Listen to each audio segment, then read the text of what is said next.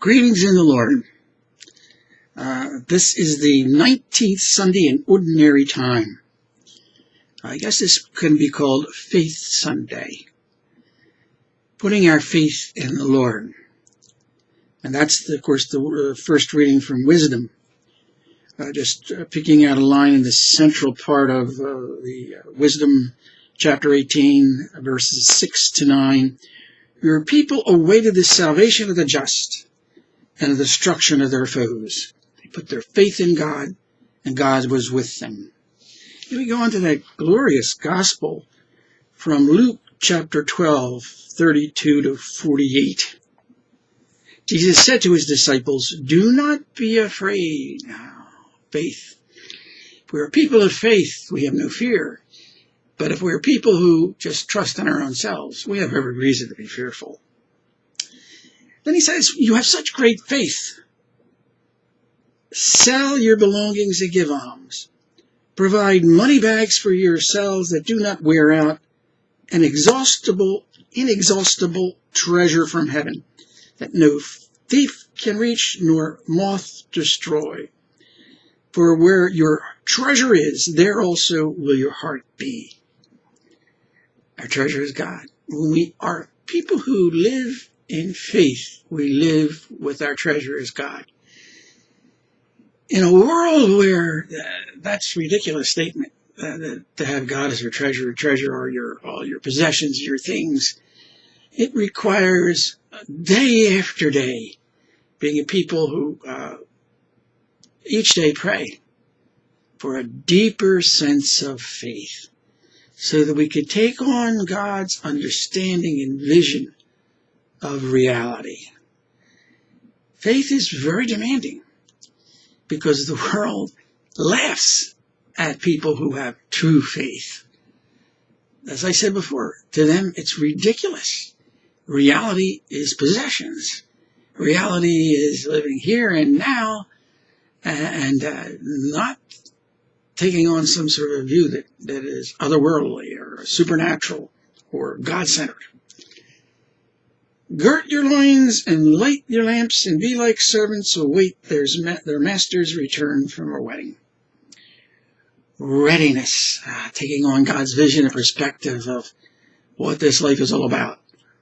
It's all about being prepared for our Savior calling us. That every day is a day in which we live prepared, ready. Whenever you call me, dear Lord, I'm ready. And that's what he's really telling us about. Then he gives us incentives.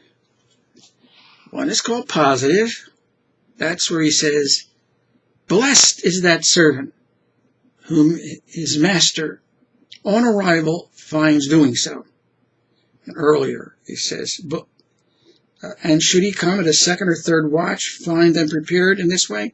Blessed are those servants. There are the blessings that is mindful of the Beatitudes, where we get the blessings. But in Luke, as opposed to Matthew just talks about the blessings and the Beatitude. Luke, on the other hand, in his chapter 6, not only talks about the blessings, the positive side, but just as he does here, he talks about the negative reinforcement. There'll be punishments awaiting those who are not properly prepared. In Luke, he talks about the blessings and the woes. Woe to those who are not prepared. Punishment will follow those who are not prepared. So, on the one hand, if we're people of faith, there's no reason for fear. But if we are not people of faith, then we should have every reason to fear, because punishment will be ours. He arrives at an unknown hour and will punish the servant severely. Then further down, nor act in accord with his will shall be beaten severely. And the servant who was ignorant of his master's will, but acted in a way deserving of a severe beating, shall be beaten only. Then he gets into not only the beatings, being beaten severely, the negative reinforcement, But he talks about proportionality. Much will be required of the person entrusted with much, and still more will be demanded of the person entrusted with more. And that could be said of those who receive many, many gifts, worldly gifts. You know, if we got riches, we have a lot of talent. If we have a lot of intellectual capability, we've been given the opportunity to learn much through being able to get a lot of training in this world, a lot of PhDs and capacities to write books, to do a lot will be demanded of those who have all these gifts. The Spirit does not give and take lightly his gifts being rejected. Not only gifts of this world, the things of this world as gifts, but also spiritual gifts. There are all sorts of gifts. There's the natural and the supernatural. And we will be judged proportionally. Do the best with what you have. Each person is the absolute fairness of a just, loving God can never be denied. And that's why it's so very important for us not to judge. Because only God can see fully what our gifts have been and what should be demanded of us and how understanding God needs to be toward us because he understands our limitations. Every day I am ready to receive you, dear Lord. Then we go on to the reading from Hebrews, chapter 11, verses 1 to 2 and 8 to 19. Faith is the realization of what is hoped for and the evidence of things not seen. Faith makes real what is hoped for, puts it in our mind, in our hearts, so that it's not just something that we want something better out of our lives. But if we live our lives in faith, we find something better in our lives because we put our trust in our person in the Lord. Living our life in God, participating in the heavenly life while still living here on earth. That's the life of faith. The evidence of things not seen. His grace coming into our lives and living with the Lord who lives with us, the indwelling of the Lord within us, already gives us here while we're on earth something of what we're going to find in heaven. Abraham is looked upon the model of faith. By faith, Abraham obeyed. We skip down. By faith, he sojourned. Then skipping farther, by faith, he received the power to generate a whole new people. So it was that there came forth from one man himself, as good as dead, descendants as numerous as the stars in the sky and countless as the sands on the seashore. He put his faith in Yahweh.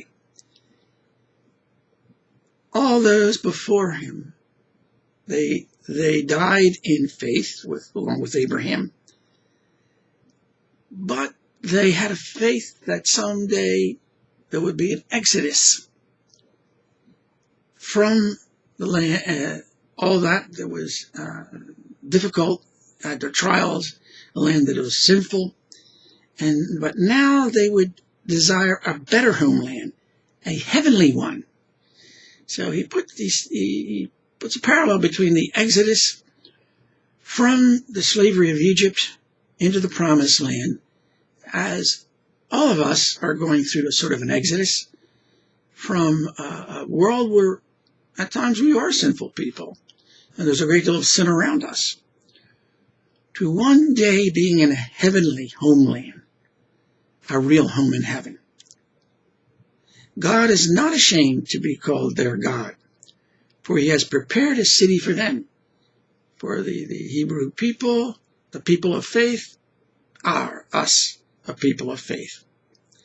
Then we go on to where Abraham was called upon to sacrifice his son Isaac. Nonetheless, because he had such a deep faith in God, he was willing to do what God required of him. Yet realizing that somehow or another, God would make everything well. He had such deep faith in the Lord. As some people say, God gets to his destination with crooked lines. He reasoned at the very end of the Hebrew reading, he reasoned that God was able to raise even from the dead, and he received Isaac back as a symbol of the just deserts of living as a person of faith. May the dear Lord bless us all. And in those days when we need negative reinforcement, and there are those days when this world does capture us, it has many pleasures, many seductions, that fear re-enter our lives so that we might go back and become a people who are drawn now, instead of by fear, drawn by love. That's far better. That is the best. But we can't live by the best. May that which is negative help us to draw us back into the best. May the Lord, dear Lord, bless us all, each and every day, with his presence, his divine guidance.